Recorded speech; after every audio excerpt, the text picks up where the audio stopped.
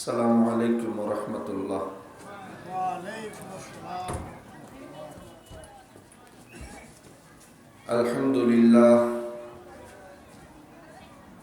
الحمد لله نحمده ونستعينه ونستغفره ونؤمن به ونتوكل عليه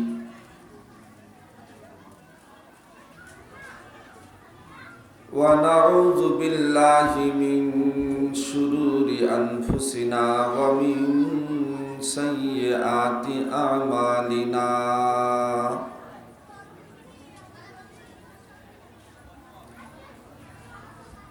من يهده الله فهو المهتد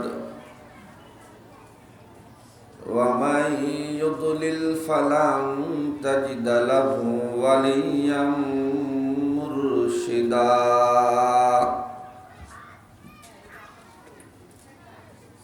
ونشهد أن لا إله إلا الله وحده لا شريك له ونشهد أن سيدنا وسندنا وحبيبنا وحبيب ربنا وطبيبنا وطبيب قلوبنا وأولانا ومولانا محمدا عبده ورسوله صلى الله تعالى عليه وعلى آله وأصحابه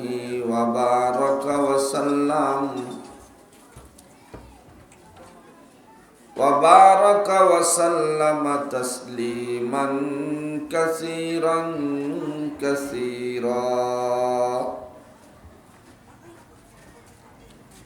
أما بعد فأعوذ بالله من الشيطان الرجيم. بسم الله الرحمن الرحيم.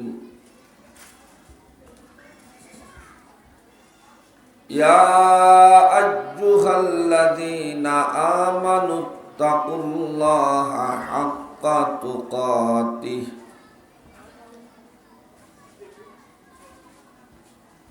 ولا تموتن إلا وأنتم مسلمون.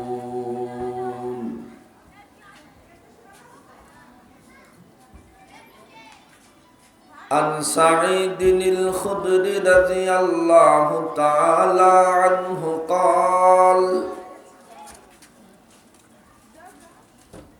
قيل يا رسول الله هل نرى ربنا يوم القيامة؟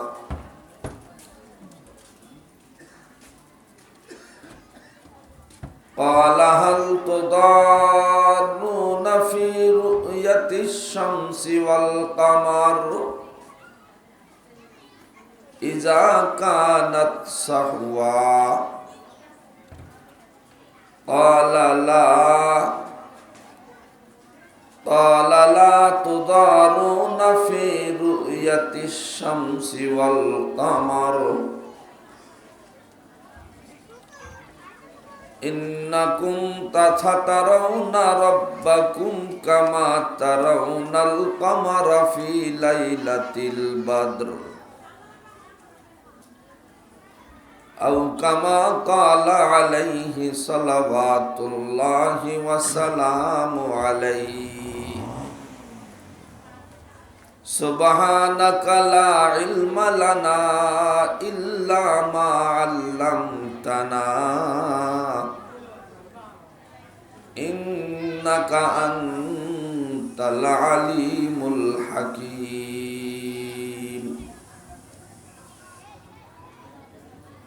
اللهم أرنا الحق حقا وارزقنا اتباعه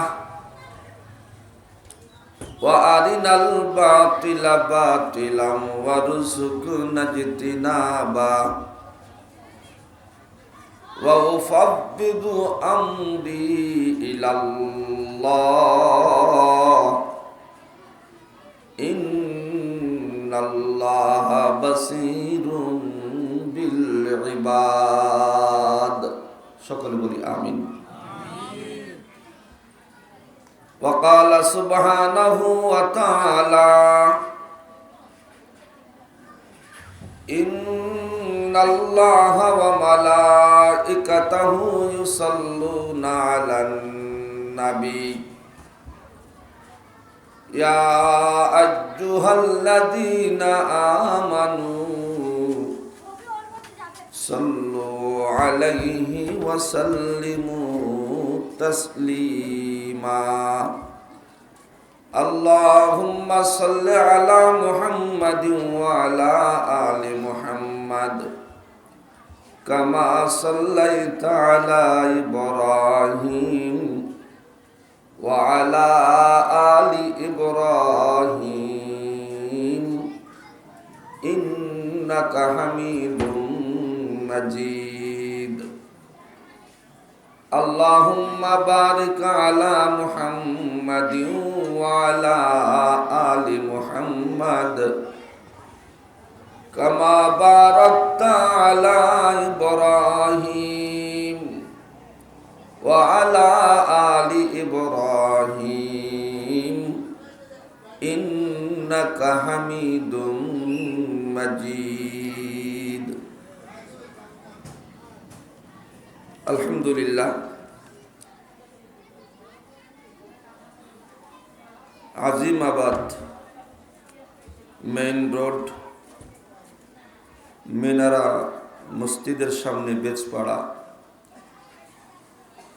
৮ নম্বর word Jessore কর্তৃক আয়োজিত শ্রদ্ধাভাজন আজকের এই মাহফিলের মোহতারাম সভাপতি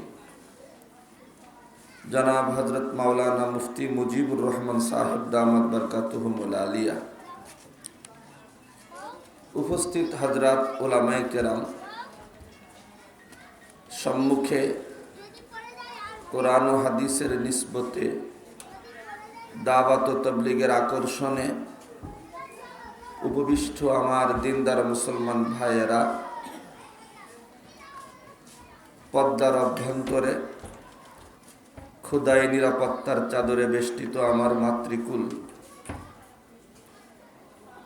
বিভিন্ন দূর দারাজের এরিয়া থেকে আগত সমাগত ভাই ও বন্ধুরা, অসংখ্য অগণিত শুকুর আর সুজুদ সেই রব্বে কারিমের দরবারে যিনি আমাদেরকে অত্যন্ত দয়া করে, মায়া করে, মেহেরবানি করে রিয়াজুল জান্নাহ বেহেশতের বাগিচায় আশিকিন, জাকিরিন, শাকিরিনের মজলিসে হযরত উলামায়ে কেরামের সান্নিধ্যে আসার আর বসার তৌফিক দান করেছেন। এজন্য সেই রব্বে কারিমের দরবারে, মহান মুনিবের দরবারে, মালিকের দরবারে আমরা সকলে অন্তরের অন্তঃস্থল থেকে শুকরিয়া আদায় করি, আলহামদুলিল্লাহ। সম্মানিত ভাই ও বন্ধুরা আমার, আমরা আজকে এখানে এসেছি মহাগ্রন্থ আল কোরআনের তাফসির শোনার জন্য। ভিন্ন কোনো উদ্দেশ্যে আমরা এখানে আসি নাই। এখানে আসতে পারলে কোনো হাদিয়া পাওয়া যাবে না, সবার জন্য খাবারের ব্যবস্থাও রাখা হয়নি। দুনিয়ার কোনো মোহে, দুনিয়ার কোনো লোভে আমরা এখানে আসিনি। আমরা এসেছি মহাগ্রন্থ আল কোরআনের তাফসির শুনে আল্লাহ পাকের সাথে পরিচিতি লাভ করে ক্ষণস্থায়ী এ দুনিয়া থেকে চিরবিদায় নিয়ে মহান রব্বে কারিমের সান্নিধ্যে যাব, এজন্যই আমরা এখানে এসেছি।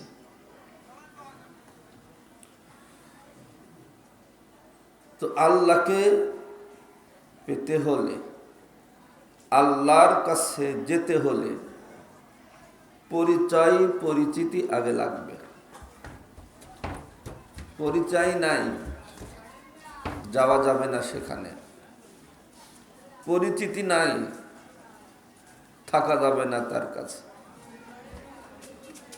তাফসীরুল কুরআন মাহফিলের লক্ষ্য আর উদ্দেশ্যই হলো যারা আল্লাহকে চেনে না তাদেরকে আল্লাহ চিনায় দেওয়া, যারা আল্লাহকে চেনে তাদের সাথে নতুন সূত্রে আল্লাহর সাথে প্রেম আর ভালোবাসা করে দেওয়া। এটাই হলো তাফসীরুল কোরআনের লক্ষ্য আর উদ্দেশ্য। যদি এটা হয়ে থাকে তাহলে আমাদের সর্বপ্রথম দরকার হলো আমাদের সেই মহান স্রষ্টার সঙ্গে পরিচিত হওয়া। উনি আমাকে চেনেন, কিন্তু আমি তাকে চিনি না। যিনি আমাকে চেনেন, দুনিয়ার জীবনে আমার যাহা কিছু দরকার সব তিনি ইন্তজাম করেন, কিন্তু আমি তাকে চিনি না। শুধু উনি আমাকে চিনলেন, এটা আমার সার্থকতা না। যতক্ষণ আমি তাকে চিনব না ততক্ষণ আমার জীবনের সার্থকতা মিলবে না। এজন্য ভাইও, ওনাকে আমার চিনতে হবে। উনি কে?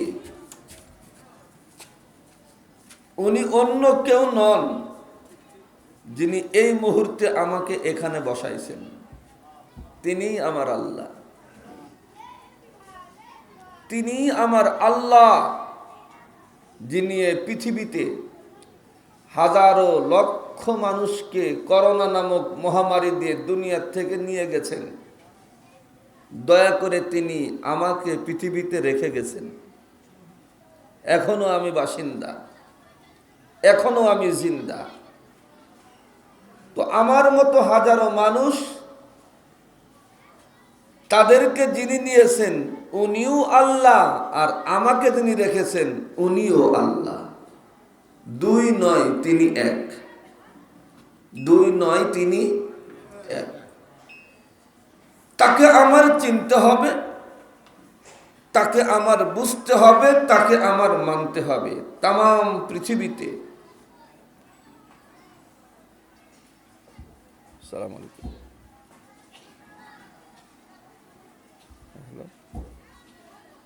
ভাই, আমি বয়ানে আছি, 2 ঘন্টা পরে ফোন দিন। 2 ঘন্টা পরে ফোন দিন। তো যিনি আমাকে খাওয়ান, যিনি আমাকে পড়ান, যিনি আমাকে বাঁচান, যিনি আমাকে বাঁচাবেন, এক কথায় আমার সবকিছু যার হাতে সমর্পিত, তিনিই হলেন আমার একমাত্র রব, তিনিই হলেন আমার মালিক। কথা ঠিক কিনা? তো ওনার সঙ্গে পরিচয় পরিচিতি হলো, এতে আমার লাভ কি? এতে আমার লাভ হলো, যার সঙ্গে দুনিয়ায় পরিচয় পরিচিতি হবে তার সঙ্গে কোনো না কোনো জায়গায় আমাদের মিলিত হতে হবে, তার সঙ্গে আমার দেখা হবে।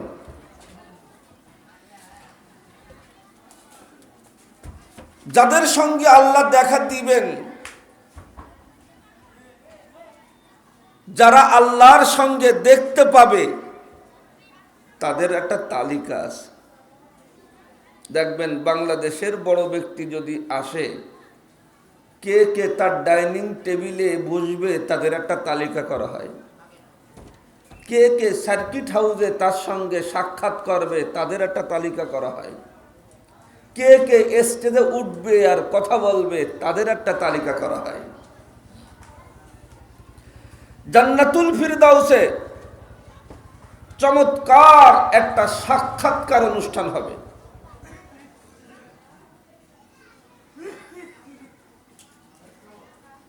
সাক্ষাৎকার অনুষ্ঠানে কারা থাকবে,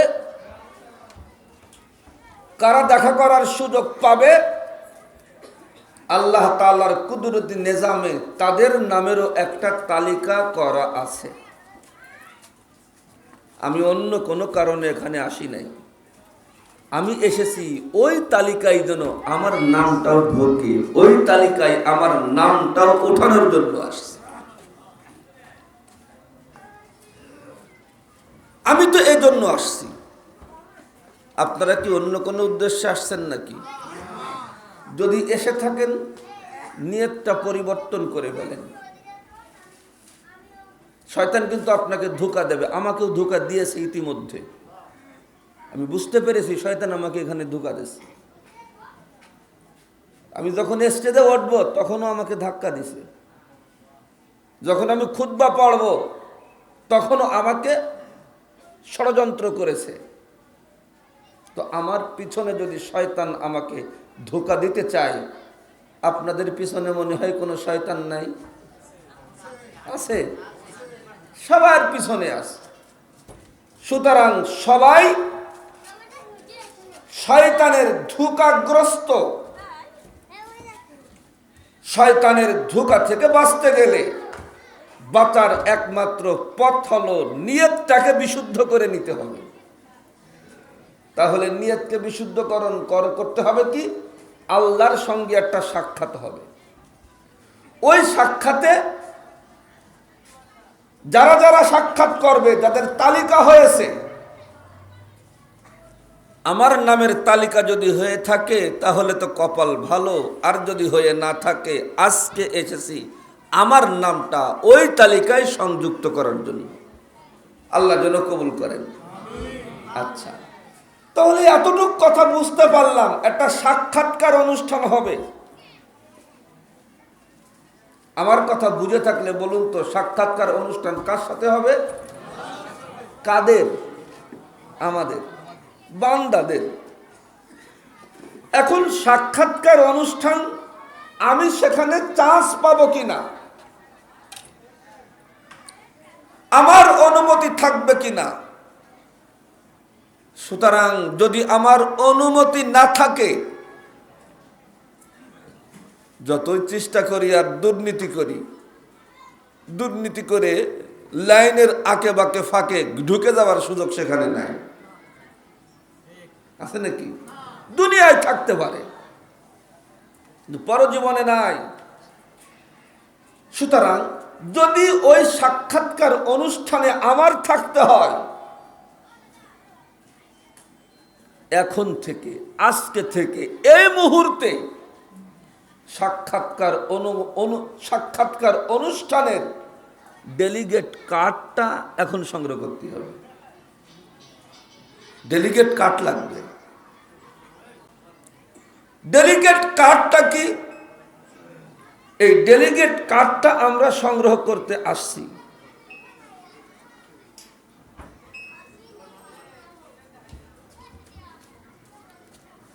সেই ডেলিগেট কার্ডটা আমরা সংগ্রহ করতে আসছি। ডেলিগেট কার্ড তো সংগ্রহ করব। ডেলিগেট কার্ড কারা পাবে? তাদের ন্যূনতম একটা যোগ্যতা থাকা লাগবে, যে সেই ডেলিগেট কার্ড চাইলে ভিআইপি অনুষ্ঠানে যেতে পারে না। যাওয়ার যোগ্যতা আছে কিনা এটা আগে বিবেচনা করা লাগে। আমার কথাটা কি বুঝতে পারছি? তাহলে আজকের মাহফিল থেকে আমি দুটোই নিশ্চিত করে এখান থেকে উঠব। তার মধ্যে একটা হলো আমার লাগবে ডেলিগেট কার্ড, 2 নম্বর হলো আমার যোগ্যতা লাগবে। যোগ্যতা যদি আগে থেকে থাকে কপাল ভালো, যোগ্যতা যদি আগে থেকে না থাকে আজকেই যোগ্যতায় উন্নীত হব। আমি হব, আপনারা হবেন নাকি? তাহলে দেখেন একটু হাত আল্লাহকে। আল্লাহ আপনি কবুল করেন, আল্লাহ আপনি কবুল করেন, সকলে বলেন নামান। এখন কথা হলো, প্রাথমিক যোগ্যতা কাদের আছে? আল্লাহ তাবারাক ওয়া তাআলা তাদের পরিচয়টা মহাগ্রন্থ আল কোরআনে দিয়ে দিয়েছেন, কাদের যোগ্যতা আছে কাদের নাই। আল্লাহ বুঝবো কি করে? আল্লাহ পাক বলেন মহাগ্রন্থ আল কোরআনে যতগুলো সূরা আছে এর মধ্যে মাঝামাঝি পর্যায়ে একটা সূরা আছে, যেই সূরার নাম সূরাতুল কাহাফ। এই সূরাতুল কাহাফ, এটা খোলো, শেষ দিকে যাও। ওই জায়গায় আমি আল্লাহ ন্যূনতম ডেলিগেট কার্ড পাওয়ার যে যোগ্যতা, ওই যোগ্যতার বিবরণ আমি আল্লাহ ওখানে দিয়ে দিয়েছি। তাহলে চলুন সেখানে যাই, দেখি আল্লাহ ডেলিগেট পাওয়ার জন্য প্রাথমিক যোগ্যতার কথা কি বলছেন। আল্লাহ তাআলা বলেন, ইন্নাল্লাযীনা আমানু ওয়া আমিলুস সালিহাতি কানাত লাহুম জান্নাতুল ফিরদাউসি নুজুলা। আল্লাহ তাআলা বলেন, ডেলিগেট আমি আল্লাহ তোমাকে দেব। আমার আল্লাহর সাথে সাক্ষাৎ হওয়ার জন্য যেই জায়গাটা আমাকে ঢুকতে হবে, আমার যদি ডেলিগেট কার্ড না থাকে, ওই জায়গায় ঢোকার কোনো সুযোগ আমার কাছে নাই। কথা ঠিক কি ঠিক না? এখন তোমাকে যদি এই কার্ড নিতে হয়, ঢোকার প্রাথমিক যোগ্যতা তোমাকে যদি অর্জন করতে হয়, তুমি কার্ড পাবা কিনা, কোন কোয়ালিটির মানুষ কার্ড পাবে, আল্লাহ তাআলা তাদের পরিচয় ওপেন করতেছেন। কারা কারা কার্ড পাবে? কমপক্ষে প্রাথমিক যোগ্যতায় যারা উন্নীত হবে তারাই কেবলমাত্র ডেলিগেট কার্ড পাবে। যারা প্রাথমিক যোগ্যতায় উন্নীত হতে পারবে না, ওরা কিন্তু ডেলিগেট কার্ড পাবে না।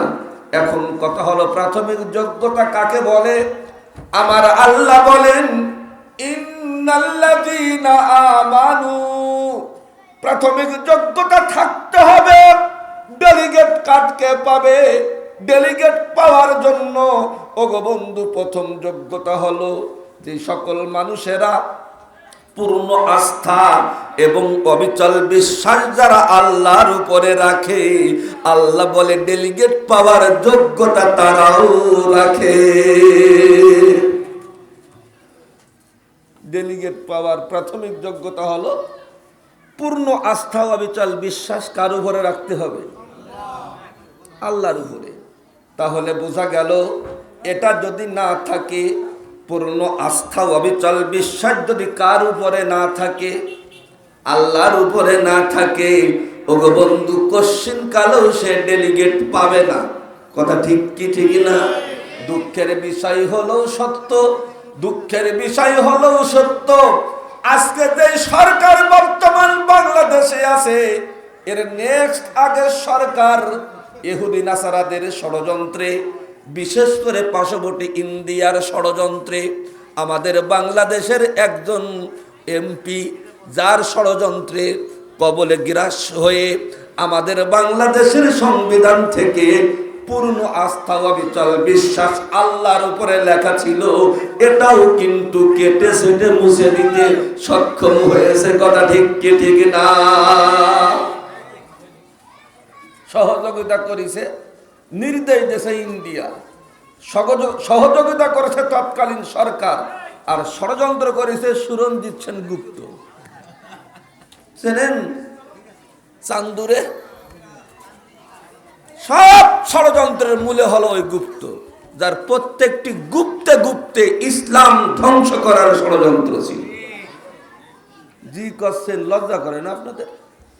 আপনারাও তো তাদেরকে নিয়ে লাফাইছেন। কথা ঠিক কি না? লাফাইছেন তো, মুসলমান তাদেরকে নিয়ে লাফাইছেন। হ্যাঁ, আমি আপনাদের সম্বোধন করে বলতেছি, কারণ আপনাদের বাড়ি তো সিলেট কারণ না, আমি সিলেটের লোক পাচ্ছি না, তাই আপনাদের নিজের দেশের লোকের বলতেছি। কথা ঠিক কি না? বন্ধুরে আমার, কত বড় ষড়যন্ত্র ছিল দেখেন। এই জায়গা কত বড় শুভ অঙ্করের ফাঁক ছিল এই জায়গা। একথা ইন্ডিয়া ভালো করে জানতো, সরকারও একথা জানতো। এটা যখন ডিলিট করা হবে, এটা যখন তুলে দেওয়া হবে, বাংলাদেশ দুই শিবিরে বিভক্ত হয়ে যাবে। হয়েছিল কিন্তু বাস্তবে তাই। কথা ঠিক কি ঠিক না? আমার জন্য বুঝে নিয়েন না হুজুর, মনে হয় জন্মের বিএনপির লোক, আমি বিএনপির লোক না, লিখে রাখেন ভালো করে। ভাবতেছেন জামাতে ইসলামও আমি 200 করে দেখতেই পারি না।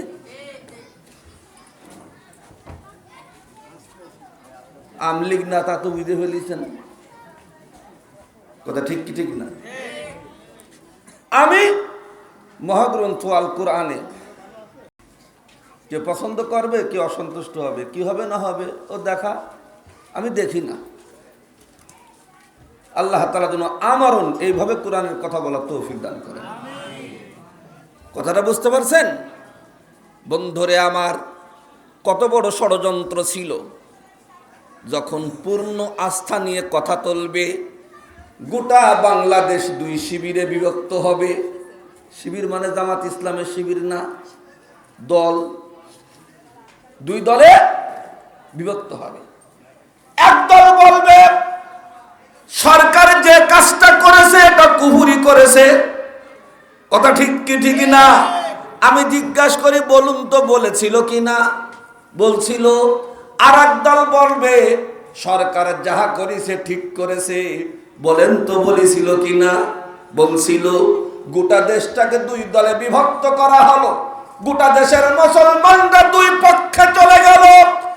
এক পক্ষ বলে এটা করা যাবে না, আর এক পক্ষ বলে বাংলাদেশ যেহেতু সবার, কাজে কাজে ওটা রাখা যাবে না।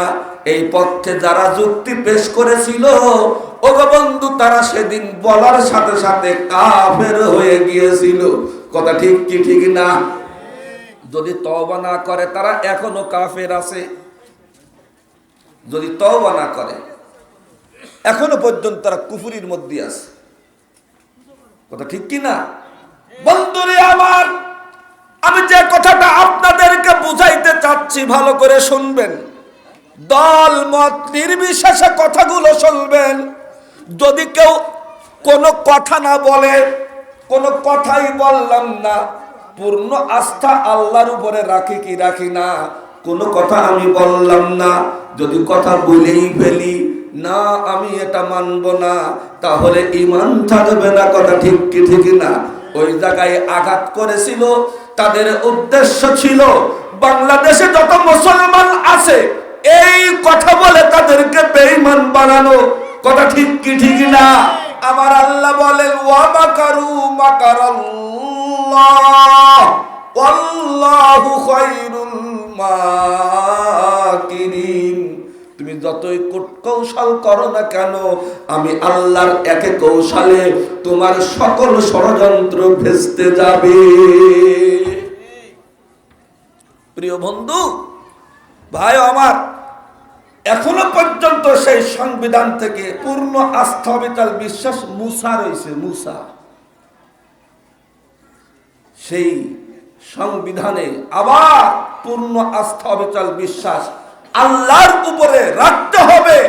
এই কথার উপরে আপনারা একমত কে কি আছেন? একটু হাত উঁচু করে দেখেন তো। আল্লাহ আপনি কবুল করেন, সকলে বলেন আমিন।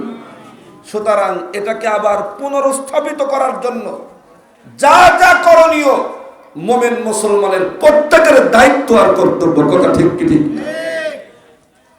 আসুন ওখান থেকে কথা বেরিয়ে আসে। কথা কি ছিল? আমি ডেলিগেট কার্ড নিব। এই কার্ড নেওয়ার প্রাথমিক যোগ্যতা যেটা লাগবে সেটা হলো পূর্ণ আস্থা ও অবিচল বিশ্বাস। তাহলে এবার যোগ্যতা আপনি অর্জন করেন, বলেন আমার সঙ্গে, ওগো আল্লাহ, পূর্ণ আস্থা অবিচল বিশ্বাস আমরা আপনার উপরে রাখলাম। আল্লাহ এবার বলেন বন্ধু, ডেলিগেট কার্ড পাওয়ার জন্য যেই যোগ্যতা লাগে আমি আল্লাহ তোমাকে ওই যোগ্যতায় উন্নীত করলাম। তাহলে যোগ্যতা পেয়ে গেছে, কার্ড নেওয়ার যোগ্যতা উন্নীত হয়েছে। এখন কথা হলো হুজুর, কার্ড নেব আমি কি করে? আমার আল্লাহ পাক বলেন আমি আল্লাহর সঙ্গে তোমাদের দেখাতে হবে। কার্ড তুমি কেমন করে নিবে? যে সকল মানুষেরা পূর্ণ আস্থা অবিচল বিশ্বাস আল্লাহর উপরে রাখবে, এরপরে যত নেকি কামাবে, আল্লাহ বলেন একবার নেকি কামাইলো, কয় পূর্ণ আস্থা যদি তার থাকে, বিশ্বাস যদি থাকে, একটা নেকি কামাই করলো, আল্লাহ পাক বলেন বন্ধু, ওই যে যোগ্যতা অর্জন করার পরে আল্লাহ পাক রব্বে করিম তার যোগ্যতার উপরে ভিত্তি করে কয় কাঠ পাওয়ার জন্য যে সমস্ত বস্তুগুলো লাগবে, কাঠ পাওয়ার জন্য যে যোগ্যতাগুলো লাগবে, আমার আল্লাহ বলেন নাকি যদি অর্জন করতে পারো, আমি আল্লাহ অটোমেটিক তোমার নামে আমি কার্ডের ব্যবস্থা করে দেব। এবারে আসেন, প্রাথমিক যোগ্যতা কি ছিল? পূর্ণ আস্থা অবিচল বিশ্বাস কার উপরে রাখতে হবে? আল্লাহর উপরে। আমরা রাখলাম। এবার হলো কার্ডটা কেমন করে নেব? আমার আল্লাহ বলেন তুমি পূর্ণ আস্থা রেখে যত ইবাদত করবা, তুমি যদি সুবহানাল্লাহ বলো একটা কার্ড পাবা, যদি তুমি আলহামদুলিল্লাহ বলো আরেকটা কার্ড পাবা, যদি তুমি ফজরের নামাজ পড়ো আরেকটা কার্ড পাইবা, যদি তুমি জোহরের নামাজ পড়ো আরেকটা কার্ড পাইবা, যদি তুমি আসরের নামাজ পড়ো আরেকটা কার্ড পাইবা, মাগরিবের নামাজ পড়ো আরেকটা কার্ড পাইলা, ঈশার নামাজ যদি পড়ো আরেকটা কার্ড পাইবা। এতগুলো কার্ড দিয়ে আমি আল্লাহ করব কি? কার্ড যখন তোমার বেশি জমা হয়ে যাবে, একদিন এই কার্ডটা অনেক ভারী আর ওজনী কার্ড হয়ে যাবে। কথা ঠিক কি ঠিক না? বুঝার জন্য বলতেছি, একটা উদাহরণ দিলে ভালো করে বুঝবেন। আমাদের বাংলাদেশের কোনো মানুষ যদি বিদেশে যেতে চায়, একটা বই লাগে। বলুন তো সেই বইয়ের নাম কি? পাসপোর্ট। এই পাসপোর্ট তৈরি করার পরে যে দেশে যেতে চায়, ওই দেশের হাই কমিশনার বরাবরে একটা ভিসার দরখাস্ত করতে হয়। ভিসা যদি দিয়ে দেয়, তখন এই কার্ড নিয়ে সে দেশে যেতে পারে, কিন্তু অন্য দেশে যেতে পারে না। কিন্তু আমাদের পৃথিবীতে এমনও কিছু দেশ আছে, যে দেশের সব যদি পাসপোর্টে লাগানো থাকে, ভিসার সিল যদি পাসপোর্টে লাগানো থাকে, বহু দেশ এমন আছে যেই দেশে যেতে আর ভিসা লাগে না। এই নিয়মটা জানা আছে নাকি আপনাদের? ভিসা লাগে না। যেমন যদি আপনার পাসপোর্টে আমেরিকা, কানাডা এবং ইংল্যান্ডের যদি সব লাগানো থাকে, মাঝপথে আপনি সিঙ্গাপুর যাবেন, ভিসা লাগবে না। মালয়েশিয়া যাবেন, ভিসা লাগবে না। সৌদি আরবে উমরা করে আসবেন, ভিসা লাগবে না। কেন লাগবে না? পাসপোর্টের ভ্যালু ভালো। পাসপোর্ট পাওয়ারই পাসপোর্ট, ওয়ার পাসপোর্ট, যে কারণে অন্য দেশে ভিসা লাগে না। কিন্তু এমনও কিছু দেশ আছে যেই দেশের ভিসা থাকলে আবার অন্য জায়গায় ভিসা পাওয়া যায় না। যেমন আমাদের দেশে মইরে অসুস্থ হয়ে মইরে যাওয়ার উপক্রম হলেও পাসপোর্টই যদি পাকিস্তানের সিল থাকতো তো ওরে ভিসা দিত না। কথা ঠিক কি না? এমন একটা দিন গেছে না? আগে তো টুপি আর দাড়ি থাকলে দিত না। তো ওইটা দেয় কেন? ওই দেশের ভ্যালু ভালো, দুনিয়ার বিবেচনায় ওটা পাওয়ারফুল দেশ। কথা ঠিক কি না? বন্ধুরে আমার, এতগুলো ডেলিগেট কার্ড করব কি? আমার আল্লাহ বলেন যদি কারোর ডেলিগেট কার্ডে 5টা দেশের ভিসা থাকে, যদি কারোর পাসপোর্টের মধ্যে 5টা দেশের ভিসা থাকে, আমার আল্লাহ পাক বলেন বন্ধুরে 5টা দেশের ভিসা তুমি লাগাও, 5টা দেশের সিল তুমি মারো, এরপরে আমার দেশ তো পরজীবনে একটা না, আমার একটা দেশের নাম হলো জান্নাতুল ফিরদাউস। কথা ঠিক কি ঠিক না? আর একটা দেশের নাম হলো জান্নাতুল আদন, আর একটা দেশের নাম হলো জান্নাতুল মাওয়া। কথা ঠিক কি ঠিক না? তোমার পাসপোর্টের মধ্যে নিয়মিত যদি 5টা সিল যদি তুমি লাগাতে পারো, আল্লাহ পাক বলেন তোমার এই পাসপোর্টের দাম কত তুমি কি জানো? আমার আল্লাহ বলেন সেই 5টা সিলের নাম কি? 1 নম্বরে হলো কালিমা, 2 নম্বরে হলো নামাজ, 3 নম্বর হলো যাকাত, 4 নম্বর হলো রমজানের রোজা, 5 নম্বর হলো হজ্জ বাইতুল্লাহ। কথা ঠিক কি ঠিক না? বলুন তো কয়টা দেশের কথা বললাম? 5টা দেশের কথা বললাম। 1 নম্বর দেশ হলো কালিমা, 2 নম্বর দেশ হলো নামাজ, 3 নম্বর দেশ হলো যাকাত, 4 নম্বর দেশ হলো রমজানের রোজা, 5 নম্বর দেশ হলো বাইতুল্লাহর মুসাফির হওয়া। কথা ঠিক কি ঠিক না?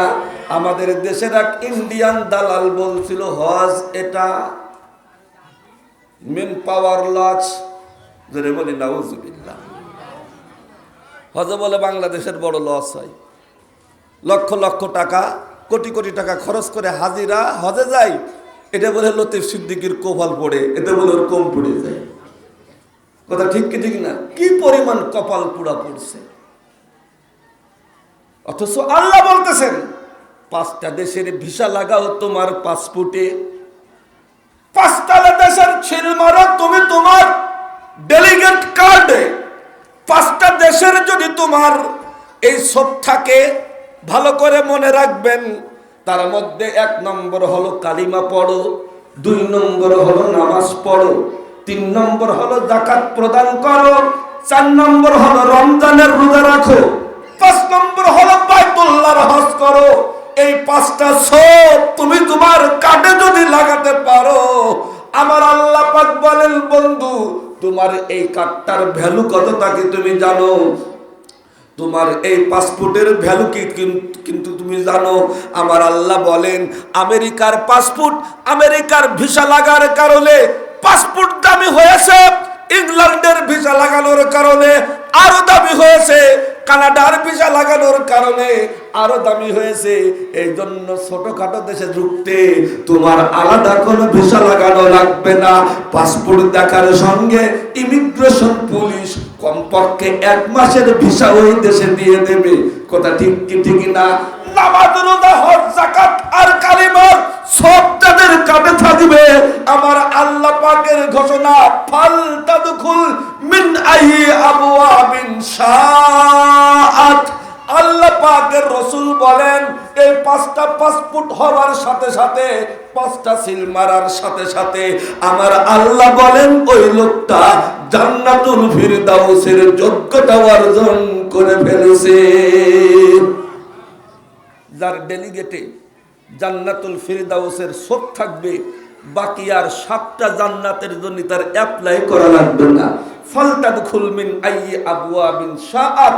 ওই কার্ড এবং পাসপোর্ট নিয়ে সে যখন জান্নাতের গ্যালারি দিয়ে ওই পাসপোর্ট আর কার্ড নিয়ে যখন জান্নাতের রাস্তায় ঢুকবে, পাসপোর্টধারীকে দেখার সাথে সাথে অটো 8টা জান্নাতের গেট খুলে দেওয়া হবে। চিৎকার করে বলি সুবহানাল্লাহ। কেমন খুলবে ও বন্ধু? ওই যে হোটেল, আপনাদের খুলনায় হোটেল জাবের ছিল না, মরে গেছে না বেশি আছে?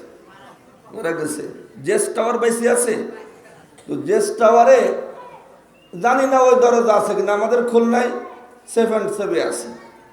যখন গেটে ঢোকে পা পোষে পা রাখার সাথে কেউ খোলে না, অটো গেট খুলে দেয়, তাই না? ইলেকট্রিক সুইচের মাধ্যমে অটো খুলবে। যারা তাদের পাসপোর্টে অথবা কার্ডে 5টা দেশের ভিসা লাগাবে, এই 5টা দেশের ভিসাওয়ালা যখন ভিসাওয়ালা পাসপোর্ট নিয়ে কার্ড নিয়ে জান্নাতের গ্যালারির মধ্যে ঢুকবে, আল্লাহ তাআলা 8টা জান্নাতকে তার জন্য উন্মুক্ত করে দেবে। তবে শর্ত হলো পূর্ণ আস্থা, অবিচল বিশ্বাস মরণ পর্যন্ত কার উপরে থাকতে হবে। প্রিয় ভাই ও বন্ধুরা আমার, এখন আমি আপনাদেরকে জিজ্ঞেস করতেছি, পাসপোর্ট বানালেন, কার্ড সংগ্রহ করলেন, সবচাইতে বড় দেশের ভিসা পাইলেন, বলেন তো সবচাইতে বড় দেশ কোনটা আপনার জান্নাতে যাওয়ার জন্য? জান্নাতুল ফিরদাউস। আর দুনিয়ার মধ্যে সবচাইতে বড় দেশ হলো আমেরিকা। সবচেয়ে বড় দেশ হলো, কারণ আমেরিকা যদি কোনো জায়গায় ঢোকে ওই জায়গার কপাল না পোড়ায় কিন্তু ছাড়বে না। বর্তমান কিন্তু আমেরিকা বাংলাদেশে ঢুকছে, না জানি কোন আগুন জ্বালায় তুই আমেরিকায় যাবে। কথা ঠিক কি ঠিক না? এই জন্য বন্ধু বলি, দুনিয়ার বিবেচনায় আমেরিকা হলো সবচাইতে বড় দেশ, পরজীবনের বিবেচনায় জান্নাতুল ফেরদাউস হলো সবচাইতে বড় দেশ। কথা ঠিক কি ঠিক না?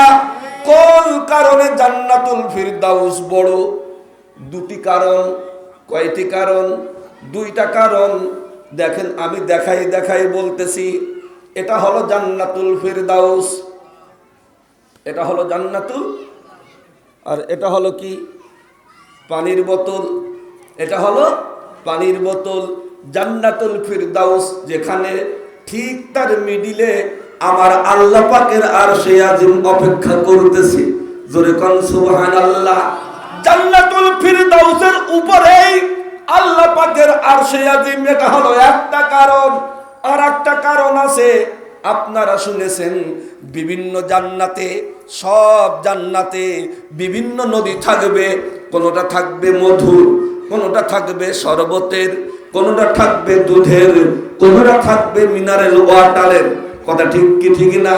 বিভিন্ন নদী বিভিন্ন জান্নাতে প্রবাহিত হবে। সব নদী এবং নহরের গুঁড়ো হবে জান্নাতুল ফিরদাউসে। কথা ঠিক কি ঠিক না? এই জন্য আল্লাহ পাক বলেন, এই পাঁচটা দেশের সিল লাগাইয়া তোমার ঈমানে জান্নাতুল ফিরদাউস অর্জন করো, সব জান্নাত তোমার পদতলে আসবে। কথা ঠিক কি ঠিক না? আমার সঙ্গে তোমার সাক্ষাৎকার অনুষ্ঠানটা কোন জায়গায় হবে? আল্লাহ বলে জান্নাতুল ফিরদাউসে। জোরে কোন সুবহানাল্লাহ। জান্নাতুল ফিরদাউস আল্লাহর সঙ্গে সাক্ষাৎকার অনুষ্ঠান হবে। আমরা তো সেই সাক্ষাৎকারের জন্যই আজকে আসছি, নাকি বন্ধুরে আমার? এখন কথা হলো, হুজুর সাক্ষাৎকার দরকার কি? জান্নাতে চলে গেলেই তো হলো। সাক্ষাৎকার দরকার কি? জান্নাতে চলে গেলেই তো হলো। আমি আপনারে জিজ্ঞেস করি, আপনার নয়নের পুতুলি, কলিজার টুকরা মেয়েকে বিয়ে দিয়েছেন খুলনা শহরে, দীর্ঘদিন বিয়ে হয়ে গেছে, আপনি বাবা চলে গেছেন বিআই সাহেবের বাড়িতে। প্রথম দিন সারাদিন সেখানে থাকছেন, বিআই সাহেব আপনার সঙ্গে দেখা করে নাই। পরের দিন চিন্তা করলেন আর একটা দিন থেকে যাই, বিয়ের সঙ্গে দেখা করে যাই। বিয়েকে পরের দিন জানানো হলো আমি একটু দেখা করতে চাই। বিআই সাহেব বললে আমি বিজি, দেখা হলো না। আর একদিন থাকলো, পরের দিন আবার দেখার অ্যাপ্লাই জানানো হলো। তখন সে জানালো যে আমি যাত্রার সাথে দেখা করি না। আচ্ছা বলেন, এই লোকটা যদি ন্যূনতম কোনো রুচি থাকে, ওই বিয়ের বাড়ি থাকবে? সে তো আসবেই আসবে, সাথে মেয়েটারও নিয়ে আসবে। কপাল বুড়া, এই অসামাজিক এই অর্বাচীনের সঙ্গে আমার আত্মীয়তা চলে না, সাথে সাথে রুচি থাকলে বেরোয় আসবে। তার মানে হলো কি, বিয়ে যখন বিয়ের বাড়িতে যাবে, সাক্ষাৎ যদি না হয় এই যাত্রা কোনোদিন ভালো হয় না। কথা ঠিক কি ঠিক? বন্ধুরে আমার, এত কষ্ট ক্লেশের পরে, এত ত্যাগ তিতিক্ষার পরে আমরা জান্নাতে যাব। কিন্তু আমার আল্লাহ যদি আমার সঙ্গে জান্নাতে দেখা করতে না চান, ভালো লাগবে নাকি আপনাদের? ভালো লাগবে? জান্নাতে যাওয়া এটা বন্ধু মূল লক্ষ্য কিন্তু আমাদের না। মূল লক্ষ্য হলো জান্নাতের মালিকের সঙ্গে দেখা করা। ঠিক কি ঠিক না? তাহলে জান্নাত চাই কেন? এটা তো ফরজ। মূল লক্ষ্য হলো আল্লাহকে পাওয়া। কথা ঠিক কি ঠিক না? এক কবি বলেন, জান্নাত দোজখ সে ইয়া রব ক্যা করো, জান্নাত দোজখ সে ইয়া রব ক্যা করো, आरज़ू है मैं तुझे देखा करो, आरज़ू है मैं तुझे देखा करो। हूर गलमा जितने नाम कहाय तू, हूर गलमा जितने नाम कहाय तू, सबसे बढ़कर नेमत दीदार तू, सबसे बढ़कर नेमत दीदार तू।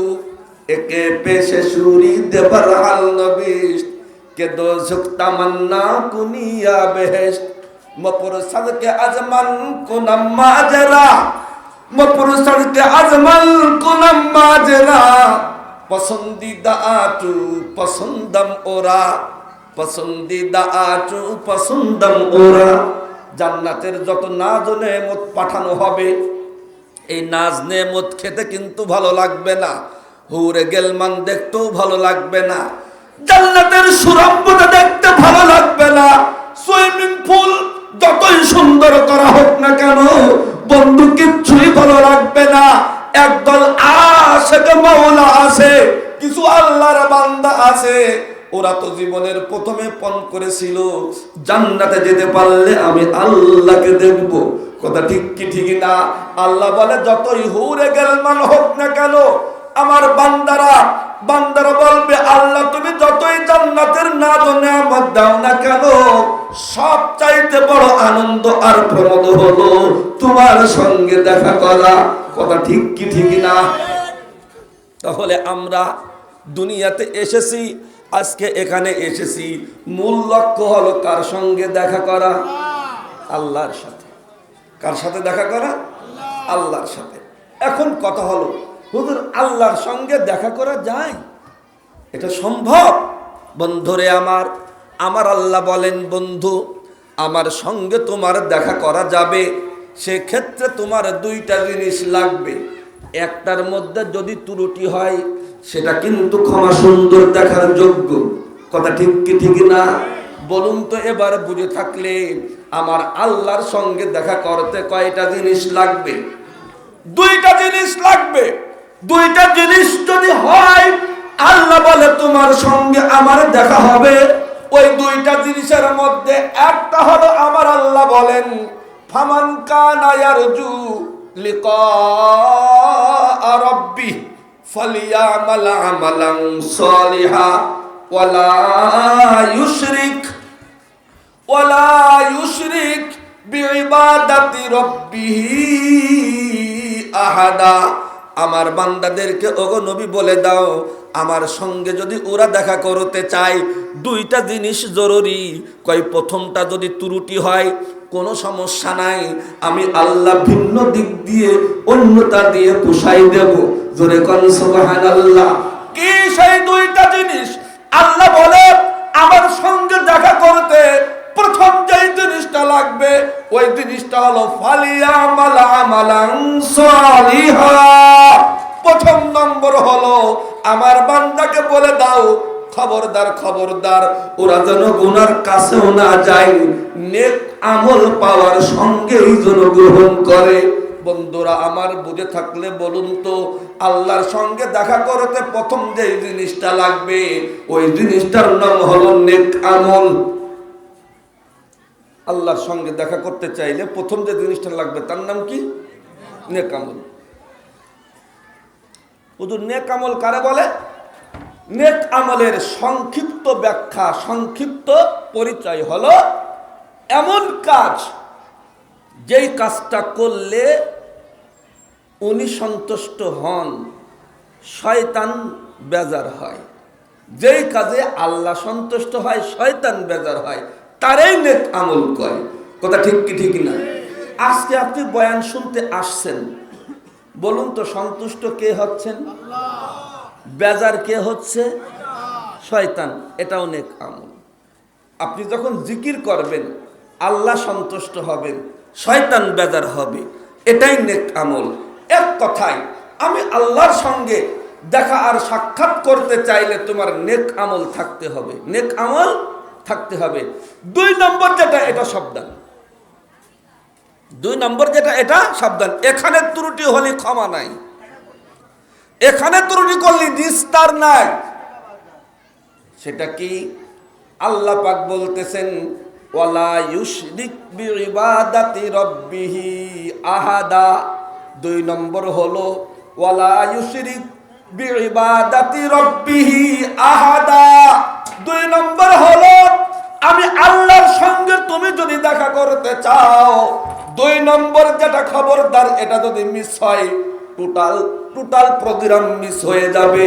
এটা হলো খবরদার, খবরদার, আমি আল্লাহর সঙ্গে কখনো একটা সেকেন্ডের জন্য শিরিক করতে পারবা না। এখন কথা হলো যে শিরিক কি? শিরিক বলা হয় আল্লাহ যেমন এমন কাউকে মনে করে তাকে সিজদা দেওয়া অথবা সেই কাজটাকে সমর্থন করার নাম হলো শিরিক। একমাত্র ইবাদতের উপযুক্ত কে? একমাত্র সিজদা পাবে কে? যদি আল্লাহ সিজদা পায় তাহলে কোনো প্রতিমা সিজদা পাবে না, কোনো প্রতিমা সিজদা পাবে না। বন্ধুরে আমার, যদি কেউ আল্লাহকে ব্যতি রেখে ভিন্ন কাউকে মাথা নত করে সম্মান প্রদর্শন করে, এই কাজটার নাম হলো শিরিক। যে এই কাজ করবে সে হলো মুশরিক। কথা বুঝছেন? সম্মান প্রদর্শন মাথা দিয়ে করতে হবে আল্লাহকে। যদি কেউ কোনো মানুষকে সিজদার মতো করে সম্মান দেখায়, এই দেখানোটা হলো শিরিক। যে ব্যক্তি দেখায় সে হলো মুশরিক। আল্লাহ পাকের বক্তব্য, এই শিরিক যে করবে সে মুশরিক, আর মুশরিক যে হবে আমার সঙ্গে তার সাক্ষাতের কোনো সম্ভাবনা নাই, কোনো সম্ভাবনা নাই। তাহলে বন্ধু, আমি আপনাদেরকে ছোট করার জন্য, লজ্জা দেওয়ার জন্য বলতেছি না। আমাদের দেশে হিন্দু ভাইরা শিরিক করে, করে কি করে না? পূজা মণ্ডপে শিরিক করে। সুতরাং এটা তারা করবে, এটা তাদের ধর্মীয় অধিকার এবং তাদের নিরাপত্তা সরকার দেবে, এটাও সরকারের দায়িত্ব। তাদের ধর্ম তারা পালন করবে তাদের উপাসনালয়ে। আমরা আমাদের ধর্ম পালন করব আমাদের উপাসনালয়ে। কথা ঠিক কি ঠিক না? আমাদের উপাসনালয়ে জুমার নামাজ পড়তে কোনোদিন কোনো হিন্দু আসছে? যশোরে কোনো মসজিদ জুমার নামাজ পড়ে না হিন্দুরা? তো ওরা আমাদের কোনো ধর্মীয় অনুষ্ঠানে আসে না। যশোরের কোনো মুসলমান ওদের জায়গায় যায় কি না? যায়। তাহলে আপনার ধর্মরে কতখানি খাটো করলেন এখানে বুঝে দেখেন, কতখানি আপনার ধর্মরে আপনি ছোট করলেন সেটা বুঝে দেখেন। শুধু তাই না, ওই যে আমার আগের বক্তা বলতেছিলেন, শুধু তাই না, সেখানে বিষ্ণু, কৃষ্ণ আর মোহাম্মদ সাল্লাল্লাহু আলাইহি ওয়াসাল্লাম এবং ঈসা, মুসা আলাইহিস সালামকেও এক কাতারে শামিল করা হয়। জোরে বলি নাউজুবিল্লাহ। তাও আবার ইসলামের নামে, তাও আবার কিসের নামে? ইসলামের নামে। এর থেকে কপাল পোড়া কোনো জাতি পৃথিবীতে আছে বলে আমার জানা নেই। এর থেকে পোড়া কপাল কোনো মানুষ পৃথিবীতে আছে বলে আমার জানা নেই। এত শিরিক, যেই জায়গায় গেলেই কাফের হতে হয়, ঈমান চলে যায়, সেখানে গিয়ে শুভেচ্ছা, সেখানে গিয়ে খাওয়া, সেখানে গিয়ে প্রসাদ। তাও আবার কেমন কপাল পোড়া মুসলমান খাচ্ছে পুজো মণ্ডপে বসে, তাও আবার কোকা কোলা। তাও আবার কি? কোকা কোলা কাদের তৈরি? ইসরায়েল তো মুসলমানের বন্ধু নাকি শত্রু? তাহলে শত্রুর বাড়ি বসে শত্রুর তৈরি খাওয়া ইমানের কয়টা বাজছে আপনারাই বিচার করেন। কথা ঠিক কি ঠিক না?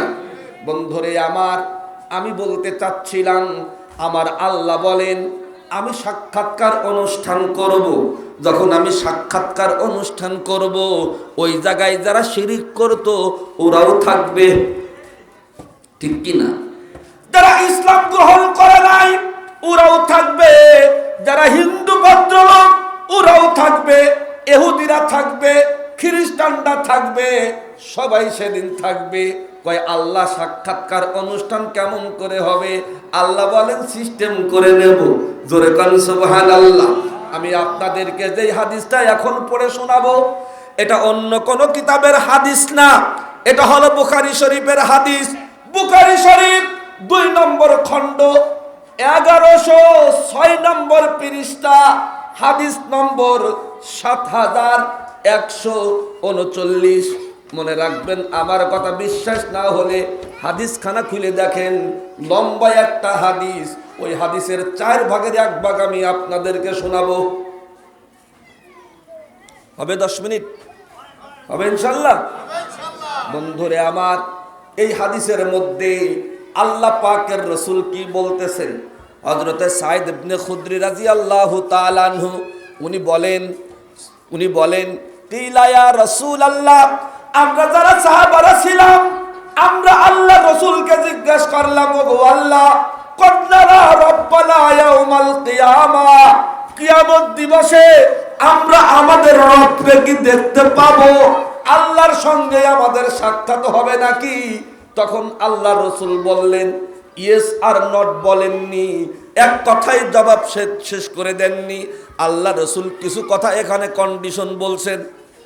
কন্ডিশন হলো, আল্লাহ রাসূল বলেন হাল তুদারুনা ফি রুয়াতিশ শামসি ওয়াল কমার।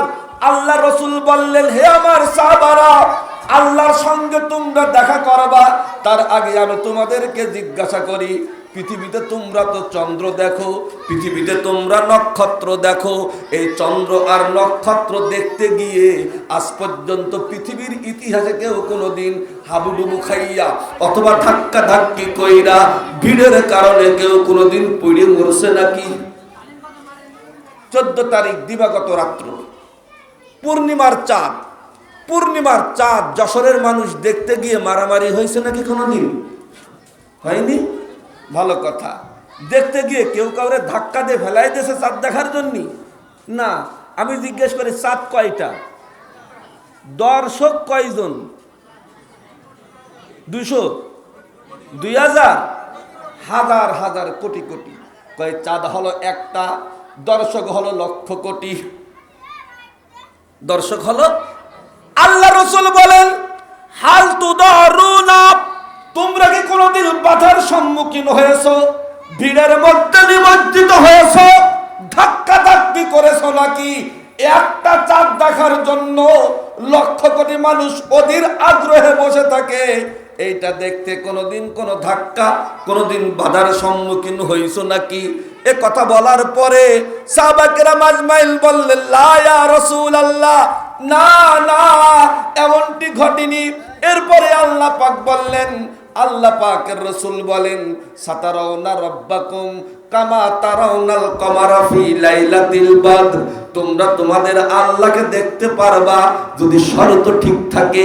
শর্ত হলো কি? ঈমান থাকতে হবে। শর্ত হলো কি? ডেলিগেট কার্ড থাকতে হবে।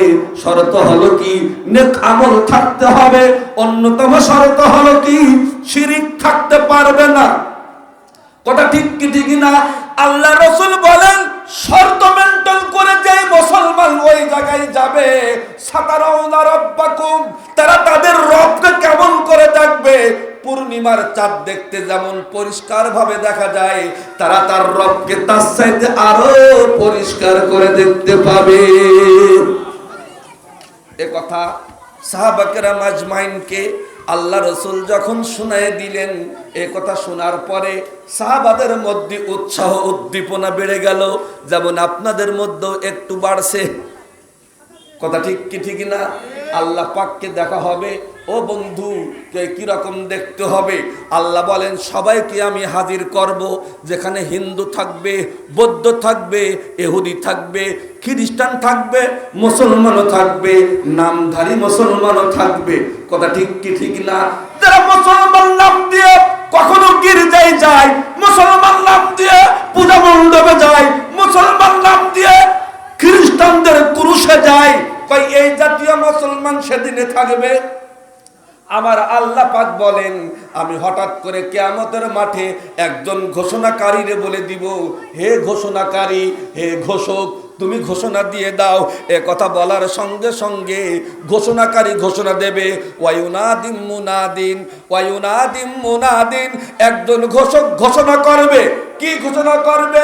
ওই ঘোষক বলবে, লিয়াজহাব কুল্লু কওমিন, লিয়াজহাব কুল্লু কওমিন মা কানু ইয়াবুদুন। ঘোষণাকারী ঘোষণা করবে, হে হে হাসরের মাঠের মানুষেরা, আল্লাহ পাকের পক্ষ থেকে ঘোষণা এসেছে, তোমরা পৃথিবীতে যে যার ইবাদত করতেছে তার কাছে যাও। ঘোষণা আসবে কি? তোমরা পৃথিবীতে যে যার ইবাদত করতে সে তার কাছে যাও।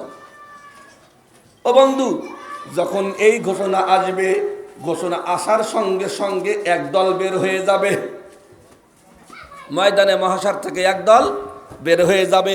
এই প্রথম যে দল বের হবে এরা কারা, সে কথাও আল্লাহ রসুল হাদিসের মধ্যে বলতেছেন, ফায়ুকালু ফায়ুকালু ফায়াযহাবু আহলুস সালিবি মা সালিবিহিম, ফায়ুযহাবু আহলুস সালিবি মা সালিবিহিম। এই ঘোষণা দেওয়ার পরে সর্বপ্রথম যেই দল বেরোবে ওই দল হলো কারা? ওই দল হলো যারা ক্রুশের ইবাদত করত, ক্রুশ উত্তোলন করত। বন্ধু বুঝে থাকলে বলুন তো, ক্রুশ নিয়ে নাচানাচি করে কারা? খ্রিস্টানরা। কারা? ক্রুশ টানেন না? এই যে খ্রিস্টান ক্রুশ, এটা হলো খ্রিস্টানদের ধর্মীয় নিশানা। যারা ক্রুশ ধর্মীয় নিশানা মানত, কই এই কথা বলার সঙ্গে খ্রিস্টানরা বের হয়ে যাবে। যখন সুবহানাল্লাহ। এরপরে বলা হবে ওয়া আসহাবুল আওসানি মা আওসানিহিম, ওয়া আসহাবুল আওসানি মা আওসানিহিম। এই কথা যখন বলা হবে, বলার পরে দ্বিতীয় দল বের হবে। ওই দ্বিতীয় দল কারা? আল্লাহ পাকের রসুল বলেন যারা প্রতিমা পূজা করত। যারা প্রতিমা, কারা তারা? কারা তারা? হিন্দুরা। আর কারা? যারা সহযোগিতা করে তারা। আর কারা? যারা সহযোগিতা করে যারা। আর কারা? শুভেচ্ছা জানায় যারা। একসঙ্গে তিন দল বেরোবে। একসঙ্গে কয় দল বেরোবে? বন্ধু আমি একটা কথাও বানায় বলতেছি না, বুখারী শরীফের হাদিস যদি থাকে নিয়ে আসেন, আমি খুলে খুলে তরজমা করতেছি।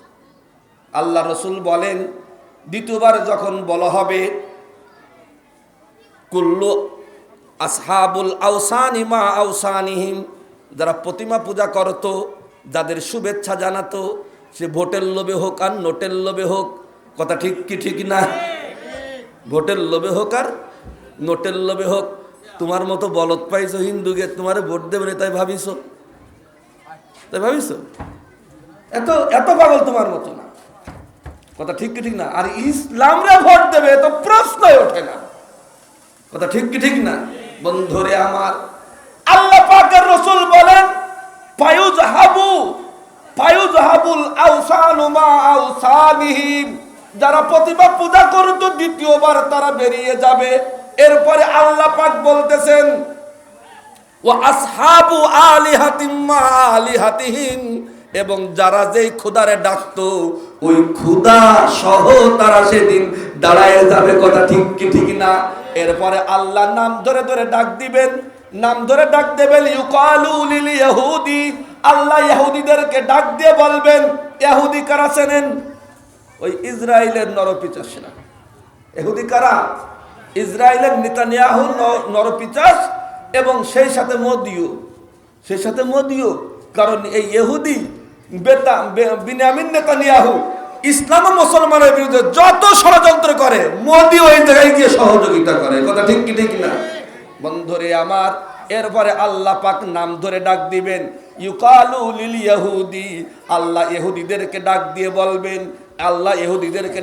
বলবেন, মা কুনতুম তাবুদুনা, তোমরা কার ইবাদত করতে? ইহুদিরা বলবে কুন্না নাবুদু উযাইর ইবনাল্লাহ, ওগো আল্লাহ আমরা আপনার একটা ছেলে পৃথিবীতে ছিল, আপনার একটা ছেলে, ওই ছেলের ইবাদত করতাম। আল্লাহ বলে সেই ছেলের নাম কি?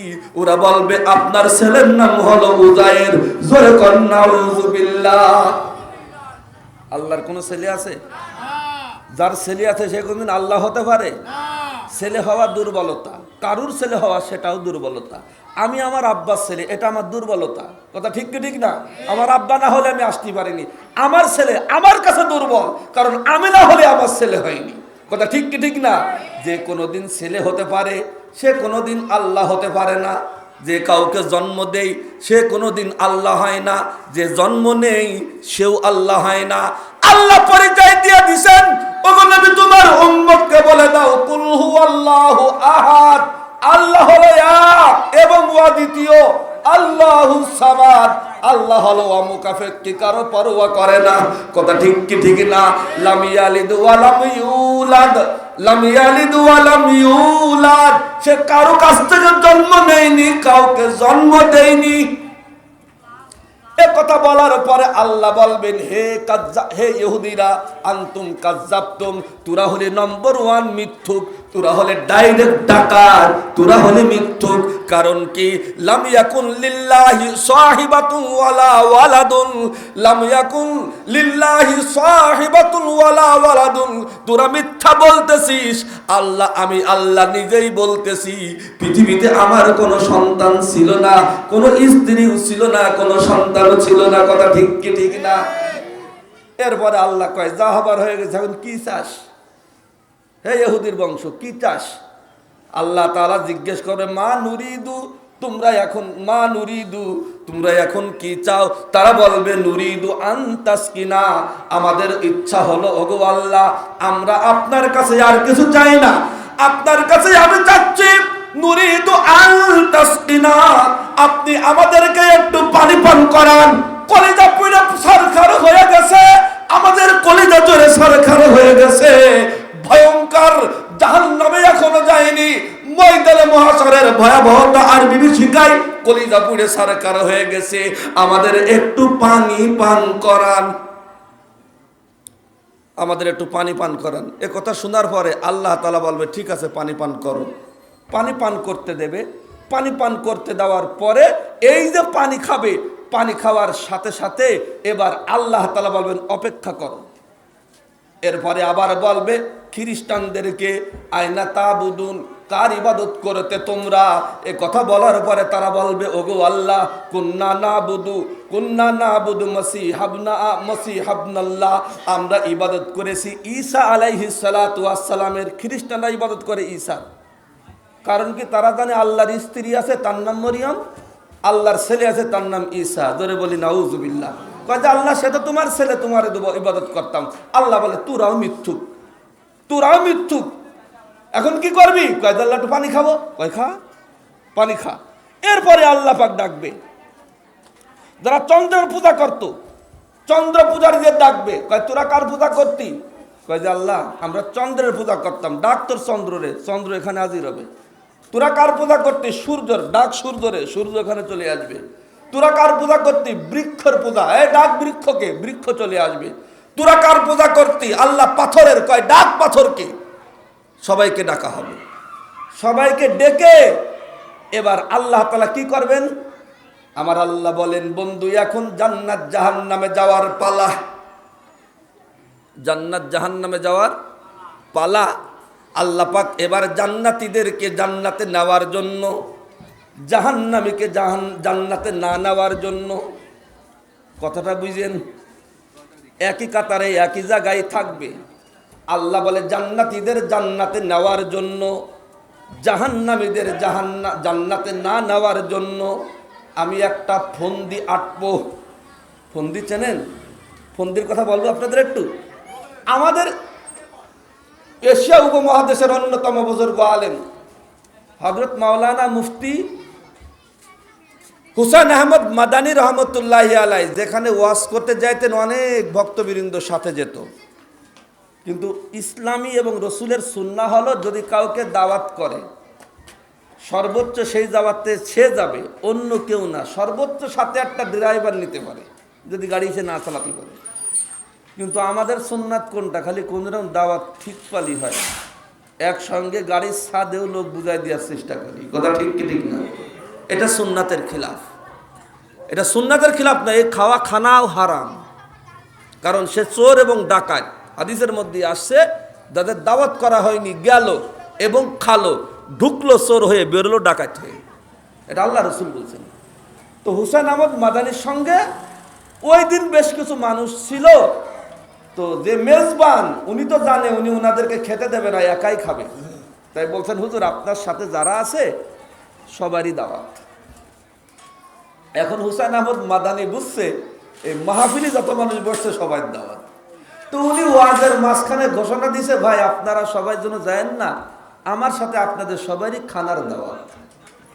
এখন এই যখন বলছে বাড়িওয়ালার চোখ তো বড় বড় হয়ে গেছে, সে থরথর করে কাঁপতেছে। কি হলো, ব্যাপার কি? হুজুর আমি কি বললাম আর আপনি কি বললেন? তুমি কি বলছো? তা আমি জানি আপনার সঙ্গে 4-5 জন লোক আছে, ওদেরও দাওয়াত কইছি, কিন্তু এই এতগুলো মানুষ এদের খাওয়াবো কোত্থেকে? তোকে আচ্ছা তাহলে তোমার অন্তরে এদের দাওয়াতের কথা ছিল না? কয় না। তা আমি সিস্টেম করে ঢুকবানে। এবার মাহফিল শেষ, সবাই একবার খানার গেটে, ওরে ভিড়।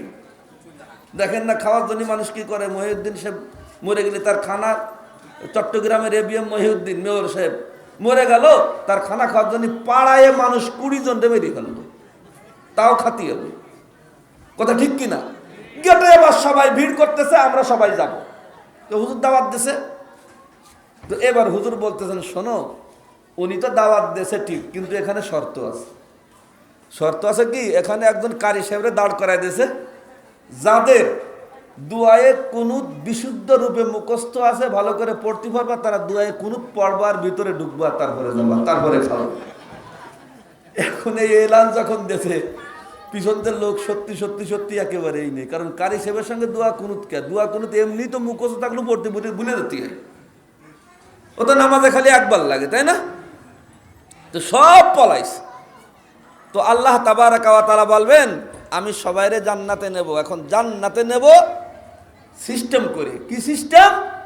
হাদিসের মধ্যে আছে, ওয়ায়ুযরাবু আলা জাহান্নাম ওয়ায়ুযরাবু জাহরাই জাহান্নাম। আল্লাহ পাক বলেন, আমি যখন বিচার কার্য সুসম্পন্ন করে ফেলবো, আমি আল্লাহ জাহান্নামের পৃষ্ঠদেশে একটা পুল তৈরি করব, একটা ব্রিজ তৈরি করব। এমন ব্রিজ যেটা পদ্মা সেতুর মতো, নাকি ওরকম মোটা না রে বন্ধু? না। আমি আল্লাহ জাহান্নামের পৃষ্ঠদেশে যে পুলটা নির্মাণ করব, এই পুলটা কেমন হবে? মানুষের চুলির মতো চিকুন, তরবারির মতো ধারালো, মানুষের চিরুনের মতো মানুষের চুলের মতো চিকুন, তরবারির মতো ধারালো। আল্লাহ বলেন, সুনামিলা হয়ে গেছে, বিচার কার্য সুসম্পন্ন হয়ে গেছে। এখন হলো বাস্তবায়নের কাজ। আমার আল্লাহ ফুলসিরাত পার করে সবাইকে ঘোষণা দেবে, ওই যে ফুলসিরাত দেখতেছো, ওই যে সড়ক দেখতেছো, ওই ব্রিজের ওই পারে হলো জান্নাত। তোমরা যারা জান্নাতে যেতে চাও, তাড়াতাড়ি করে ফুলসিরাত পার হতে শুরু করো। জোরে কান সুবহানাল্লাহ। এবার যখন ফুলসিরাত পার হওয়ার জন্য হুকুম দেবেন, হুকুম দেওয়ার সঙ্গে সঙ্গে কিছু মানুষ ফুলসিরাতে পা দেবে, কিছু মানুষ ফুলসিরাতে পা দেবে। পা দেওয়ার সাথে ওই হাদিসে আসে, আল্লাহ রসুল বলেন, কাত্তরফি কালবারকি কা আজাবিদির রিহে। হাদিসের মধ্যে আসছে, ওই ফুলসিরাতে পা দেওয়ার সঙ্গে কেউ কেউ বিজলি গতিতে পার হয়ে যাবে, কেউ একটা চোখের পলক ফেলার আগে আর একটা পলক পড়ার আগে চলে যাবে, কেউ প্রবাহিত বাতাসের মতো চলে যাবে। এরা কারা যাবে? যাদের কাছে 6টা লাইট থাকবে। কয়টা লাইট? কারণ ফুলসিরাত যদি চুলের মতো কালো হয়, চিকুন হয়, তরবারির মতো ধারালো হয়, এটা কি চোখে দেখা যাবে? চোখে দেখা যাবে না, চোখে দেখা যাবে না। সুতরাং সেখানে লাইট লাগবে কয়টা? 6টা। কয়টা? 6টা। এই 6টা লাইট কোন জায়গায় লাগানো হবে? আমার আল্লাহ বলেন, যারা বিশুদ্ধ উপায়ে কাঠ সংগ্রহ করেছিল, যারা পাসপোর্ট করেছিল, যারা ভিসা নিয়েছিল, 10টা দেশের শোক লাগাইছিল, আল্লাহ পাক বলেন, এই কাঠ কি হবে? আল্লাহ পাক মহাগ্রন্থ আল কোরআনের মধ্যে বলেন, আল্লাহ পাক বলেন, নারা তারাল মুমিনিনা ওয়াল মুমিনাত, তারাল মুমিনিনা ওয়াল মুমিনাত ইয়াসআ নূরুহুম বাইনা আইদিহিম ওয়া বিআইমানিহিম। কয় যারা পাসপোর্টধারী হবে, যারা 5টা দেশের ভিসা লাগাবে, যারা কার্ডের মালিক হয়ে যাবে, আমার আল্লাহ পাক তাদের সকলের জন্য 1টা 2টা লাইট না, আমার আল্লাহ তাদের জন্য 6টা লাইটের ব্যবস্থা করে দেবে। পথ চলার জন্য তো 1টা লাইট যথেষ্ট, কিন্তু যদি পথ মারাত্মক হয়, 1 লাইটই হয় না, তখন 6 দিকের লাইট লাগে। কথা ঠিক কি ঠিক না? ফুলসিরাত এটা মারাত্মক পিচ্ছিল পথ। এই পিচ্ছিল পথ পাড়ি দিতে আমার সামনে লাইট লাগবে, পিছনে লাইট লাগবে, ডাইনে লাইট লাগবে, বামে লাইট লাগবে, উপরে লাইট লাগবে, নিচে লাইট লাগবে। আল্লাহ বলে, পাসপোর্ট আর কার্ড যারা গ্রহণ করবে, এই পাসপোর্ট আর কার্ড তাদের জন্য 6টা লাইট হয়ে সামনের দিকতে লাইট মারবে, পিছনে লাইট মারবে, ডাইনে লাইট মারবে, বামে লাইট মারবে, ফুল সিরাত যখন পা দেবে বিলতি গতিতে মুমিন মুসলমান সব জান্নাতে চলে যাবে। সুবহানাল্লাহ বলেন। এরপরে আল্লাহ পাক বলতেছেন ফায়ুসাকিতুনা, অতঃপর কিছু লোক কাইটে কাইটে পড়তে থাকবে, পা দেবে সাথে সাথে কাইটে পড়বে। এরা কারা? এরা হলো ইহুদি, এরা হলো নাসারা, এরা হলো হিন্দু, এরা হলো বৌদ্ধ, এরা হলো যারা মুশরিকদেরকে শুভেচ্ছা জানায়। কথা ঠিক কি ঠিক না? নিজের ধর্মকে কালারিং করে অন্য ধর্মের সঙ্গে প্রীত দেখায়, এরা সবাই তাই। কথা ঠিক কি ঠিক না? আল্লাহ পাক বলেন লা তুফাত্তাহু লাহুম আবওয়াবুস সামা ওয়া লা ইয়াদখুলুনাল জান্নাতা হাত্তা ইয়ালিজাল জামালু ফি সাম্মিল খিয়াত। আল্লাহ পাকের বক্তব্য, কোশ্চিন কালেও তারা জান্নাতে যাবে না যারা ইসলাম ছাড়া ভিন্ন কোন ধর্ম গ্রহণ করবে। এদের পক্ষে জান্নাত চিরস্থায়ীভাবে হারাম ঘোষণা করেছেন কে? প্রিয় ভাই ও বন্ধুরা আমার, আমি আপনাদের সামনে যে কথাগুলো বলতে চাইছিলাম একে একে সব কথাগুলোই বলে ফেলেছি। অর্থাৎ আমি কথাগুলো আবার স্মরণ করাচ্ছি 2 মিনিটে। সেটা হলো, আমরা এসেছি আজকে কেন? বিশেষ কোনো ব্যক্তির ডাকে না, আমরা এসেছি আল্লাহ পাকের ডাকে। আল্লাহ পাক যে ডাক দিয়েছেন তার প্রমাণ কি? তার প্রমাণ হলো এই যে এই পত্র দ্বারা আপনাদেরকে দাওয়াত দেওয়া হয়েছে। কি লেখেছে? তাফসিরুল কুরআন মাহফিল।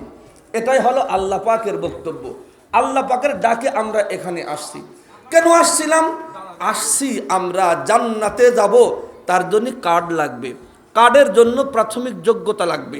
কার্ড এবং প্রাথমিক যোগ্যতা, সেই প্রাথমিক যোগ্যতা কি ছিল? আমরা পূর্ণ আস্থা অবিচল বিশ্বাস আল্লাহর উপরে রেখে প্রাথমিক যোগ্যতা অর্জন করলাম। আর কার্ডটা কি? কার্ডটা হলো পূর্ণ আস্থা অবিচল বিশ্বাস আল্লাহর উপরে রেখেই আমরা নেক আমল করব।